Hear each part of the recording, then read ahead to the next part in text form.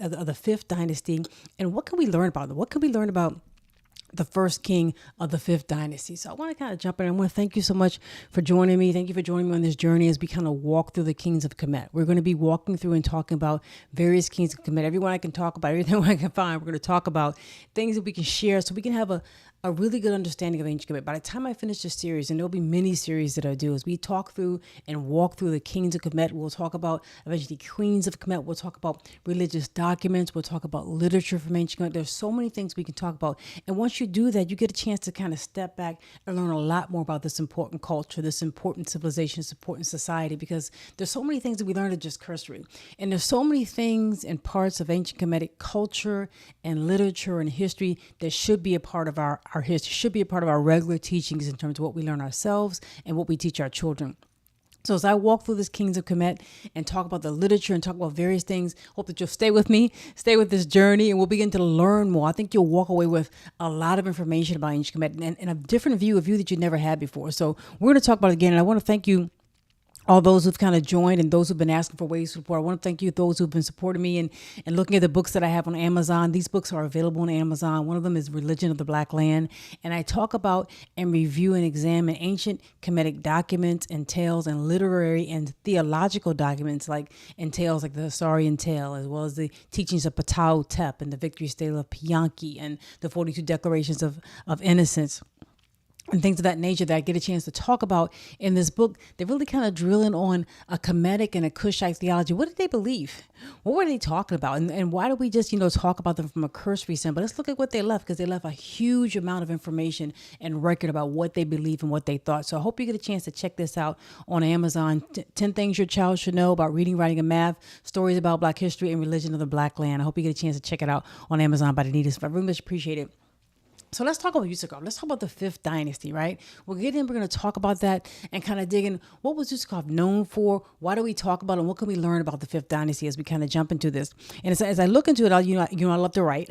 As I just showed you, I like to go through it and document and write and talk about some of the things that I've learned and researched so we can have a different perspective on it. And Userkaf, he lived during the 24th century, or 25th century, if you will, BC, during 2400s BC, from 2465 to about 2458. That's when he reigned, from about 2465 to about 2458, or thereabouts. This is the best dating, if they have, you will. So we're talking 2400, 2500 years before Christ.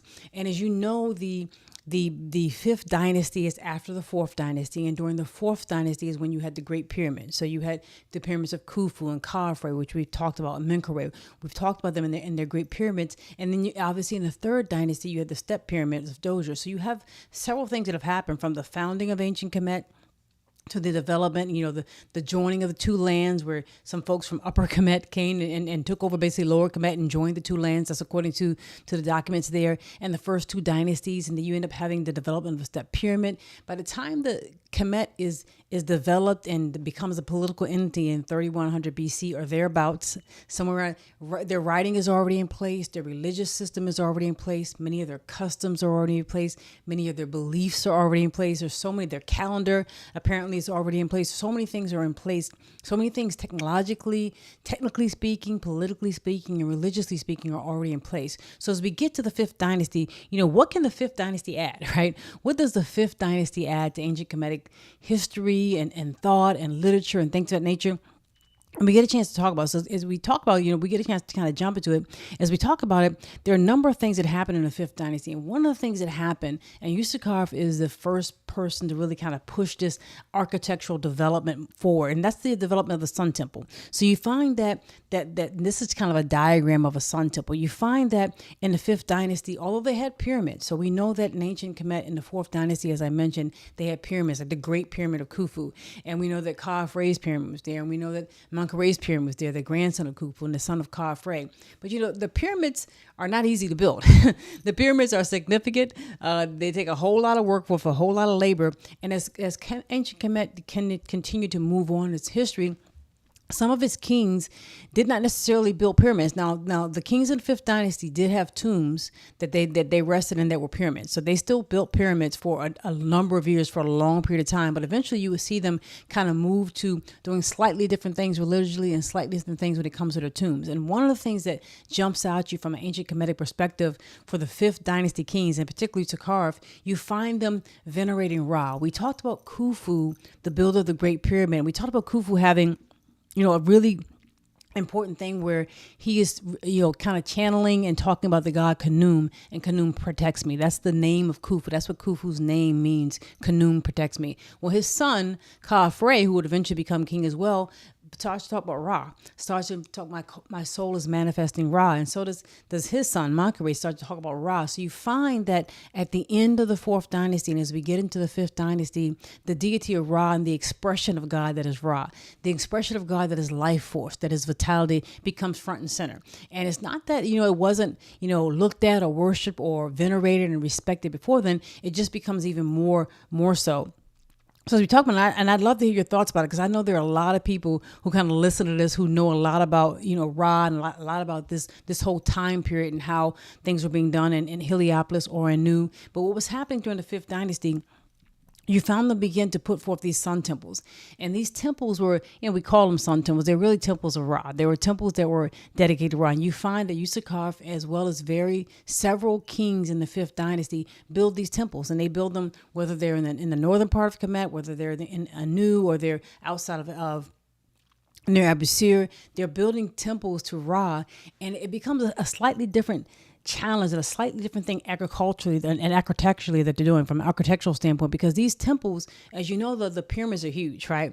The pyramids are huge. When you look at these temples, or these sun temples, you can see that at the very base, where you see that obelisk-like structure right there, at the very base of it is almost like a truncated or cut off pyramid, right? You see this cut off pyramid where you almost have an obelisk kind of coming out of it. And on top of that obelisk, obviously, is a mini pyramid. They call it a pyramidion. And sometimes those pyramidions would be capped with something. They might be made of some type of substance that was very shiny, that you could see from far off, that would be reflecting the rays of the sun, if you will. And you could imagine if this is something that's respecting Ra and venerating Ra. But you would see like a whole kind of complex with this. So you start to see this development. And I'm not saying this is the very first obelisk in ancient Kemet, but you start to see obelisks start to appear at this time as a part of this. And it's kind of maybe a wider obelisk, maybe a little bit fatter than typically the obelisks you'll see of later ages. But obviously the obelisk becomes an iconic symbol in ancient Kemet. So after the pyramids, you got to think that the obelisk, right, is which is a representation of rejuvenation, which you can find at the temples of Ra.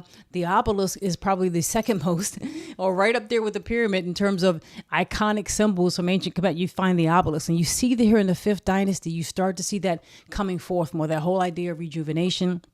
You see it, and I'm not saying that this is, it doesn't mean that they weren't using it necessarily before then, but you do see it becoming more prominent, and you see it as a part of their sun temples. And these sun temples not only had like a truncated pyramid that you see in the middle, which you have like a pyramid with the slope sides kind of cut off, and then you might have like an obelisk-like structure on top of that, but you had a whole complex, right? And that whole complex, and you can see the courtyard there. A lot of times, and this is not just me saying this, right? You can look at it and read it yourself as you read through the Bible, and you read through ancient Israelites and the Temple of Solomon. You read through people talking about coming into a courtyard, coming into an area where there would be offerings and there would be sacrifices, and then going into an area where it's, the Holy of Holies. You kind of went progressively back to, you found the Ark of the Covenant, and from an Israelite and a biblical standpoint, you had very similar structures, and you will find biblical scholars. Now, and I can even share that with you. You'll find biblical scholars, not just me. You'll find biblical scholars talking about how the ancient Kemetic temple was something that was, copied, if you will, and reused in terms of its general structure in other societies, the Israelites being one of them. So you find biblical scholars will say that. And you kind of take a look at this temple structure, you'll find that you have this kind of rectangular enclosed area here. You have an entryway, and there's a causeway, like a walkway, a causeway that would connect to another area, another whole area, which you walk into this causeway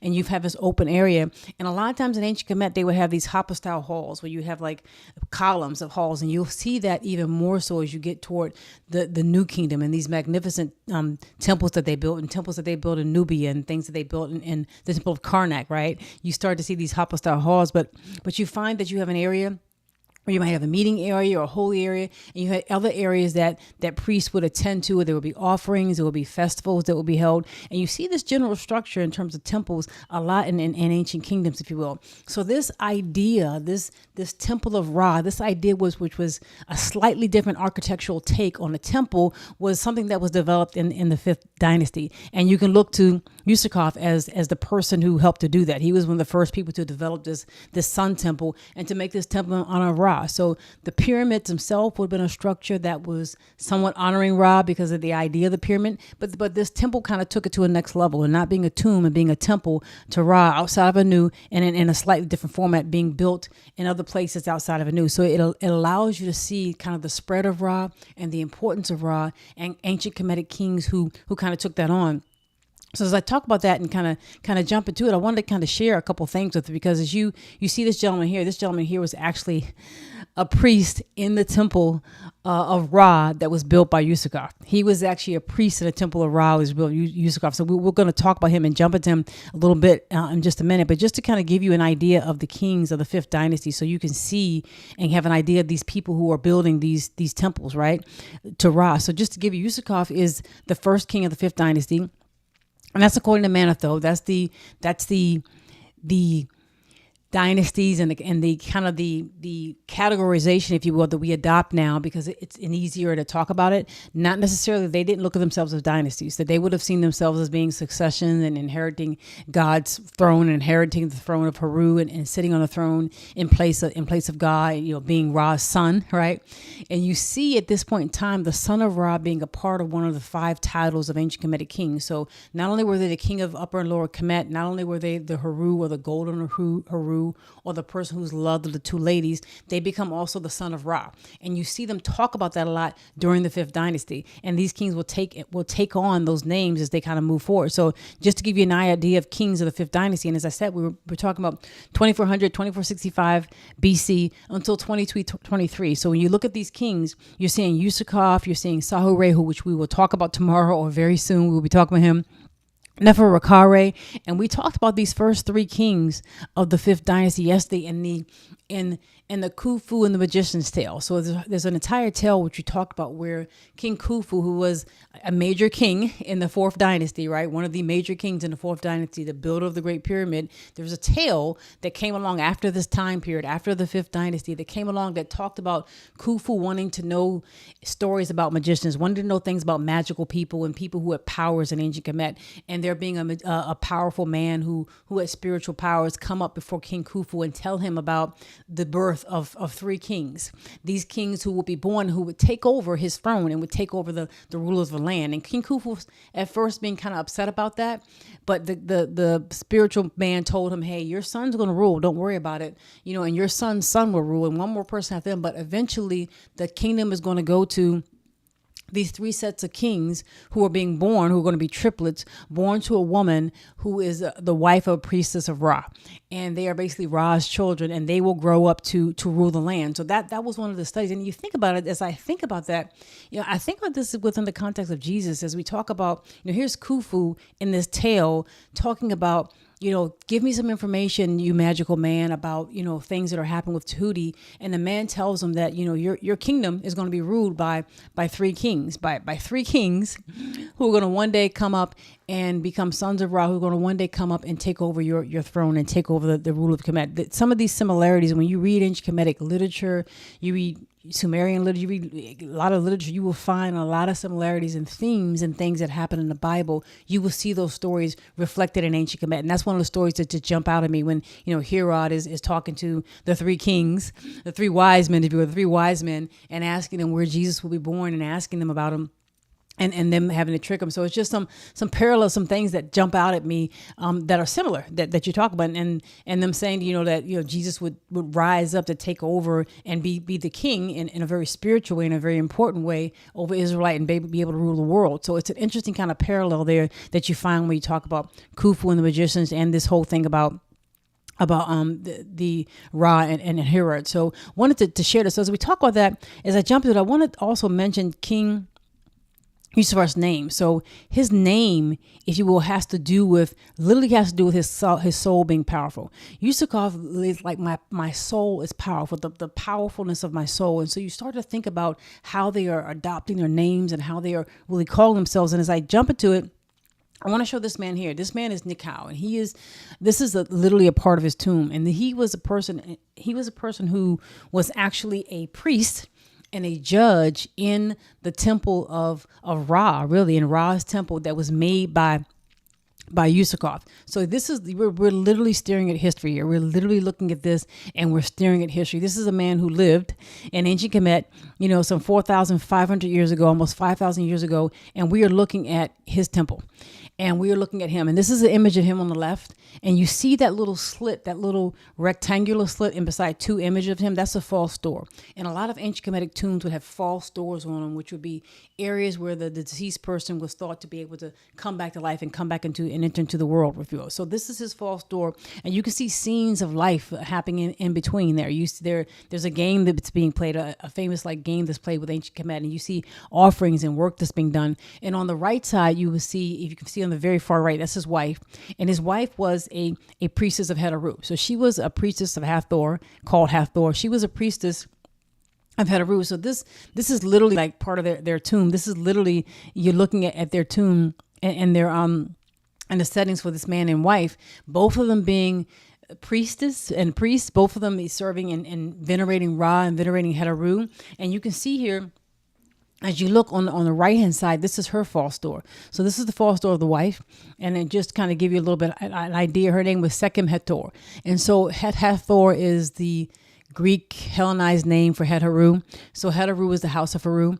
And so she is someone who is channeling and venerating the whole idea of the house of your will, that which gives birth to your will, that which gives birth to Heru, that which gives birth to kingship and rulership and rightful divine rulership. And so you start to look at this, you start to see that it's a remarkable thing. You start to see that a lot of the technology, a lot of the artsmanship and the craftsmanship was there right at the very beginning, right at the early parts of ancient Kemetic history. And this is an example of it, as we see Nikahor as well as his wife being depicted in their tombs and their false doors. And this you would see at the very top there, you see, this is kind of her funerary offerings.